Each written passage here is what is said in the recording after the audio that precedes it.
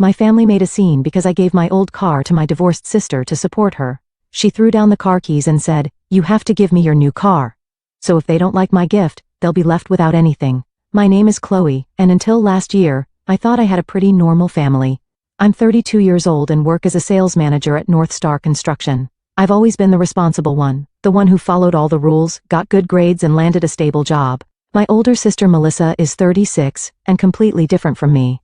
She married right out of college to her high school sweetheart Brad, and became a full-time mom to their two boys, Tyler and Noah, now 12 and 10. I remember the day Melissa called me crying so hard I could barely understand her. Brad had packed his bags and left her for his coworker Jennifer. Just like that, 15 years of marriage over. He said he hasn't been happy for years, Chloe. She sobbed through the phone. How could he do this to me and the boys? That night, I drove to her house and found her sitting on the kitchen floor surrounded by tissues. The boys were locked in their rooms, confused and upset. "What am I going to do?" Melissa asked, her eyes puffy and red. "I haven't worked since before Tyler was born. Brad was the one who paid for everything. We'll figure it out," I promised, though I had no idea what that meant at the time. Turns out, Brad didn't want to figure anything out. He refused to pay child support until Melissa took him to court, and even then, the amount was barely enough to cover groceries. The beautiful suburban house they'd lived in? Brad took it since it belonged to him before marriage. "I can help you find an apartment," I offered one afternoon while helping her pack up the house. The boys were with our parents, which was good because Melissa kept breaking down every few minutes. "How am I supposed to pay rent? I have no income, Chloe." That's when I made the offer that would change everything. "I can cover it until you get on your feet." My parents were supportive too. Dad, a retired accountant, and Mom, a former elementary school teacher, immediately stepped up. They'd pick up the boys from school, help with homework, and make sure they had dinner when Melissa started working part-time at a local boutique. For the first few months, things seemed manageable. I'd transfer money to Melissa for rent, and occasionally pitch in for other expenses. I lived alone in a modest 2-bedroom apartment, drove a reliable Honda Accord, and made good money at North Star. I could handle helping my sister through a rough patch, but as weeks turned into months, something changed. Instead of moving toward independence, Melissa seemed to sink deeper into victimhood. "Brad ruined my life" became her daily mantra. I had everything planned out. I was going to be a stay-at-home mom until the boys went to college. Now look at me. I tried to be sympathetic. Maybe talking to someone would help. I could pay for a therapist. The look she gave me could have frozen fire. "I don't need someone to tell me how to feel, Chloe. I need money to live." Do you have any idea how humiliating it is to work at that store? The manager is 10 years younger than me. Conversations like this became routine. If I mentioned I was busy, she'd call our parents, who'd listen and validate her anger for hours. Mom would call me afterward. "Your sister is really struggling, honey. She needs us all to be there for her." By the 6-month mark, the financial strain was becoming noticeable. It wasn't just rent anymore. It was the boys need new soccer cleats, and the refrigerator is making weird noises, and Tyler's math grades are slipping. He needs a tutor. Each request seemed reasonable on its own. How could I say no to my nephews needing school supplies or winter coats? But one night, sitting at my kitchen table with a spreadsheet open on my laptop, I added it all up. I nearly choked on my wine when I saw the total. I was spending almost a third of my monthly income on Melissa and her kids. The next Sunday dinner at my parents' house, I decided to bring it up. We were all there, Mom and Dad, Melissa, the boys and me. Mom had made her famous pot roast, and everyone was in a good mood. It seemed like the perfect time for a difficult conversation. "So, I've been thinking," I said carefully after we'd finished eating. "It's been almost a year since the divorce. I'm happy to help with rent, but some of the extra expenses are adding up. Maybe it's time to look for a full-time position?" The silence that followed was deafening. "Are you saying you're tired of helping me?" Melissa's voice was dangerously quiet. "Do you have any idea what I'm going through?"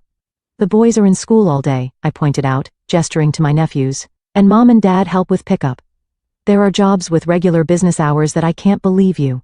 Melissa stood up so fast her chair tipped over. "I'm still recovering from Brad destroying our family, and now you're attacking me too?" "I'm not attacking you. I'm just come on boys, we're leaving." She grabbed her purse and motioned to Tyler and Noah, who reluctantly got up, mumbling goodbye to our parents. The front door slammed so hard the family photos on the wall rattled. I looked at my parents, expecting at least some understanding. Instead, Dad frowned deeply while Mom shook her head. "How could you be so selfish, Chloe?" Mom asked. "Your sister is a single mother of 2 boys, and you're single with no children. You don't need as much money as she does." I stared at them in disbelief. "So I should just bankroll her indefinitely? That's what being a good sister means?" "It means not being greedy when your family needs you. Mom said firmly. I realized arguing was pointless. These were the people who had taught me family comes first, but apparently that only applied when I was the one giving. I should go, I said, standing up. Thanks for dinner.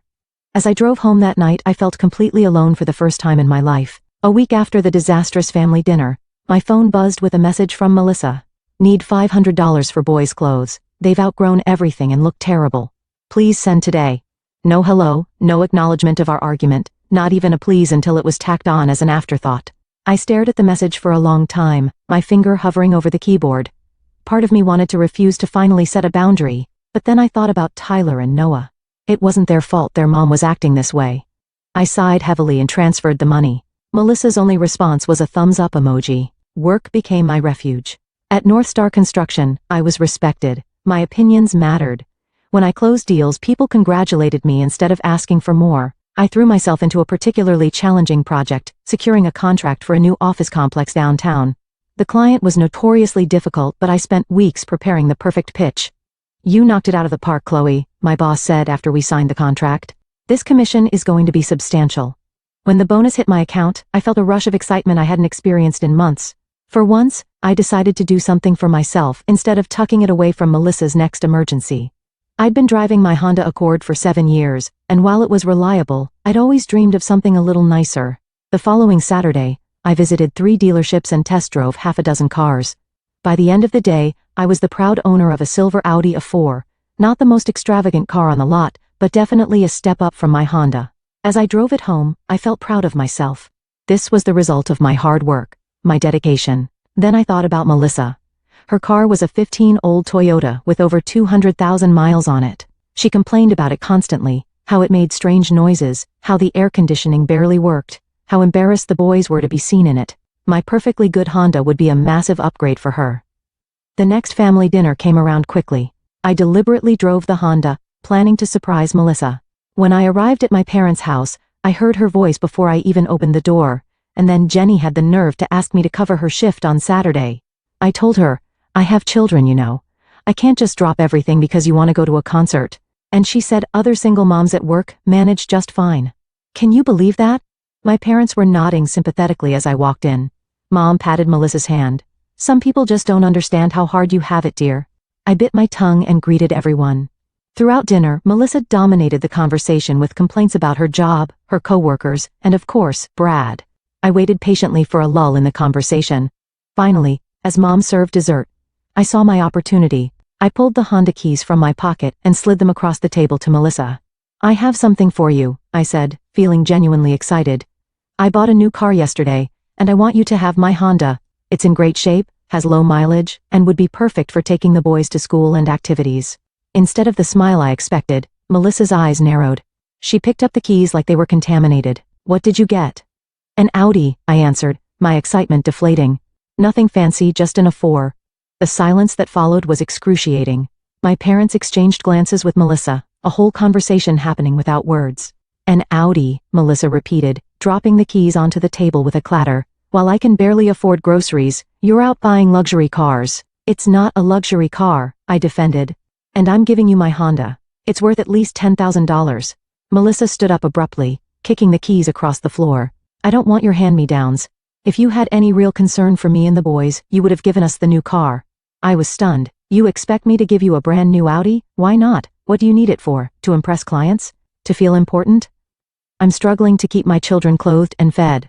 I looked at my parents, silently pleading for them to intervene, to point out how unreasonable she was being. Instead, Dad cleared his throat and said, Chloe, maybe you should have consulted us before making such a large purchase. Consulted you? I repeated, not believing what I was hearing. Mom nodded.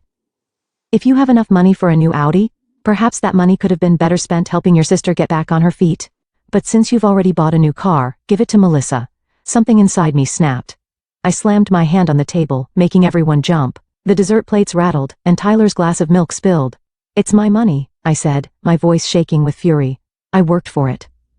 I am not obligated to support you indefinitely, Melissa. I helped you because I love you, but this is ridiculous.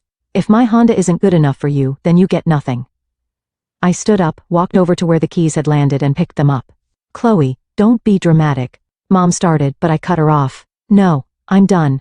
I'm not paying for the apartment anymore. I'm not sending you money for clothes or tutors or whatever else you decide you need. Figure it out yourself. As I drove home in my Honda, my reliable, paid-for Honda that apparently wasn't good enough for my sister, my phone exploded with texts and calls. I ignored them all. That night I listed my old Honda for sale online. 3 days later I accepted an offer slightly below what I'd hoped for, but I didn't care. I just wanted it gone. As I handed over the keys to the new owner, I felt a strange sense of relief mixed with sadness. I'd driven that car for years without issue, but in the end it had brought me nothing but grief. A week passed, then another. I drove my new Audi to work, went about my business, and tried to ignore the gnawing guilt that my family's words had planted. Maybe I was selfish. Maybe I should have given Melissa the new car. Maybe I wasn't doing enough. No. I shook my head every time these thoughts crept in. I'd already done more than enough. Then came the message I'd been expecting. Rent is due tomorrow. Please transfer the money. No greeting. No acknowledgement of our fight. Just a demand. For the first time, I replied with a simple no. The response was immediate. My phone rang. I declined the call. It rang again. I declined again. Then came the barrage of texts. What do you mean, no? Are you seriously going to make me and the boys homeless? I can't believe you're doing this to us. Mom and Dad are furious with you. I turned my phone off and went to bed early. The next morning, I woke up to 27 missed calls and over 50 text messages from Melissa and my parents. I deleted them all without reading and got ready for work. This was the first time in my adult life I'd stood up to my family, and despite the anxiety churning in my stomach, it also felt strangely freeing. That evening, the pounding on my apartment door started around 7 p.m. I knew exactly who it was. Part of me wanted to pretend I wasn't home, but I knew this confrontation was inevitable. Better to get it over with. I opened the door to find Melissa, Mom, and Dad standing there, all with identical expressions of righteous indignation. They filed in, none of them taking the offer to sit down. Mom spoke first.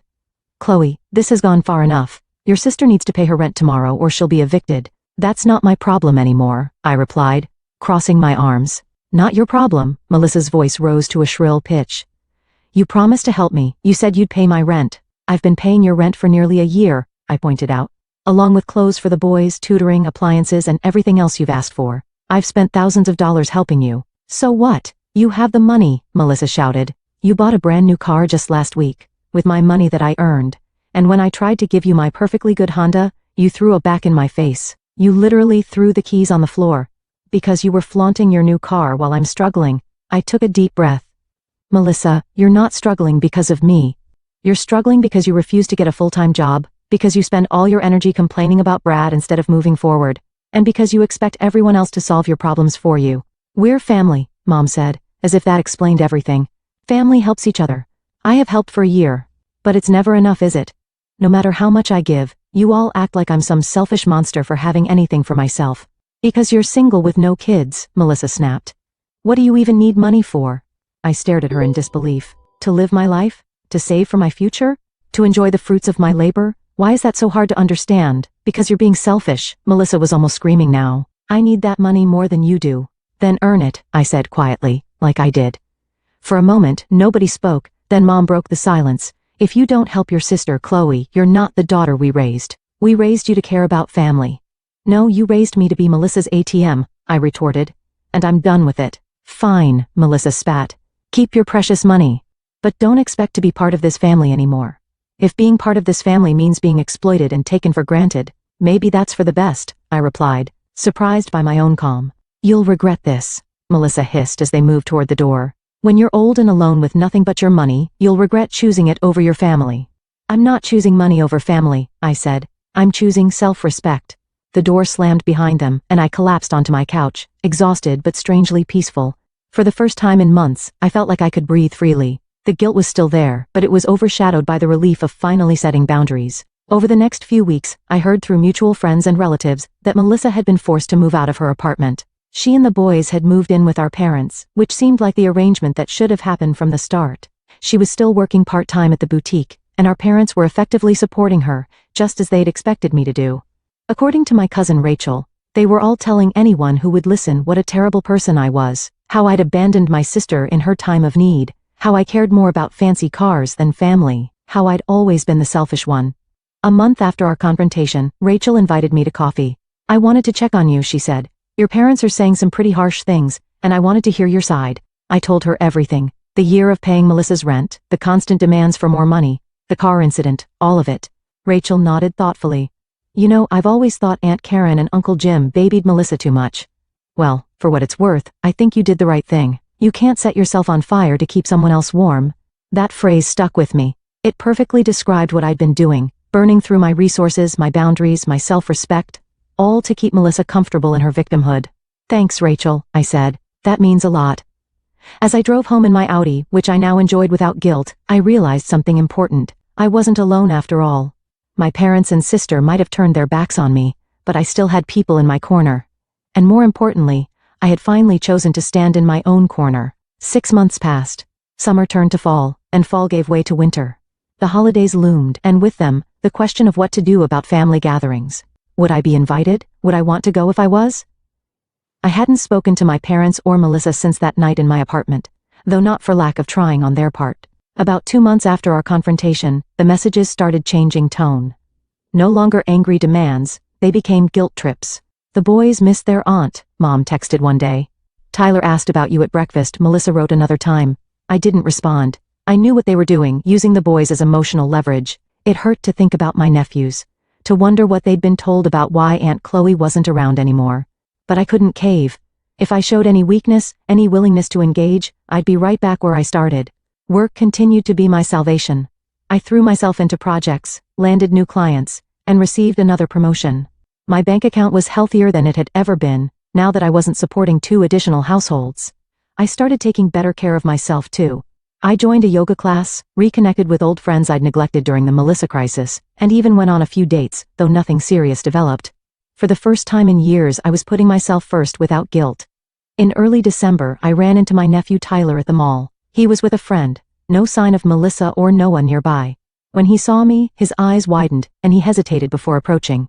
Aunt Chloe, he said cautiously, as if unsure I'd acknowledge him. Tyler? I gave him a warm smile. How are you, buddy? I'm okay, he said, shuffling his feet. We're living with Grandma and Grandpa now. Mom complains a lot. Noah and I share the guest room. I nodded, not wanting to say anything negative about his mother. And how's school? Good. I made the basketball team. A small smile crossed his face. Coach says I might start next game. That's fantastic. I'd love to come watch sometime if that's okay with you. His face lit up. Really? That would be cool. Our next game is Thursday at 4:30. I made a mental note. I'll try to be there. I kept that promise. I sat in the back of the bleachers watching Tyler play. He was good, lanky and quick, with natural athletic ability. When he scored his first basket, I cheered loudly, and his head turned in my direction. The smile he gave me was worth any potential awkwardness with Melissa. After the game, I waited outside, unsure if I should approach. Tyler made the decision for me, jogging over with his gym bag. You came, he said, sounding genuinely surprised. I said I would. I gestured to the parking lot. Is your mom here? He shook his head. Grandma brought me. She's waiting in the car. I followed Tyler to a familiar sedan, where my mother sat in the driver's seat. When she saw me approaching with Tyler, her expression was unreadable. Hi, Mom, I said simply when Tyler opened the passenger door. She looked at me for a long moment. Chloe, what are you doing here? I ran into Tyler at the mall. He invited me to his game. Mom's gaze softened slightly. He's getting quite good, isn't he? He's amazing, I agreed. An awkward silence fell. Tyler looked between us, clearly hoping for some kind of reconciliation. Would you like to get coffee sometime? I finally asked. Just the 2 of us? She hesitated, then nodded. I'd like that. We agreed to meet the following week. As they drove away, I felt a glimmer of hope. Perhaps not all bridges were permanently burned. Coffee with Mom was tense at first. We tiptoed around the issues, talking about the weather, her garden, my work. Finally, I took a deep breath and addressed the elephant in the room. I miss you and Dad, I said, and the boys. But I can't go back to how things were before. Mom stared into her coffee cup. Melissa is still struggling. I know, and I'm sorry for that, but I can't be her safety net anymore. She says you abandoned her. I shook my head. I helped her for almost a year. I paid her rent, bought clothes for the boys, paid for tutoring. I did everything I could. But she wasn't getting better, Mom. She was getting more dependent. Mom was quiet for a moment. Your father and I might have enabled that, she admitted, surprising me. We've always babied her. Even as a child, she was the fragile one, and you were the strong one. It was the first acknowledgement I'd ever heard from either of my parents that Melissa had been treated differently. Being the strong one doesn't mean I have to carry everyone else. No, Mom agreed, it doesn't. And perhaps we expected too much from you. It wasn't a full apology, but it was a start. We agreed to have dinner, just the four of us, me, Mom, Dad, and Melissa, to try to clear the air. I was nervous but hopeful. That dinner never happened. The night before our scheduled reconciliation, Melissa told Mom she would leave the house for dinner if I was there. She was still furious that I had abandoned her and the boys, and she wasn't ready to forgive me. Instead, I had dinner with just my parents. It was stilted and uncomfortable at times, but we managed to reach a fragile understanding. They agreed to stop pressuring me to support Melissa financially, and I agreed to be more present in family gatherings when possible. She'll come around eventually, Dad said as I was leaving. She just needs more time. Maybe she would, maybe she wouldn't. I realized I was okay either way. The weight of guilt I'd carried for months had lifted. I'd done nothing wrong by setting boundaries, by refusing to be exploited. As I drove home that night, I thought about how much had changed in a year. I'd lost the unwavering support of my family, but I'd gained something more valuable, self-respect. I'd learned that helping others shouldn't come at the expense of my own well-being, that love shouldn't be conditional on financial support, and that it's possible to care deeply for someone while still saying no to their demands.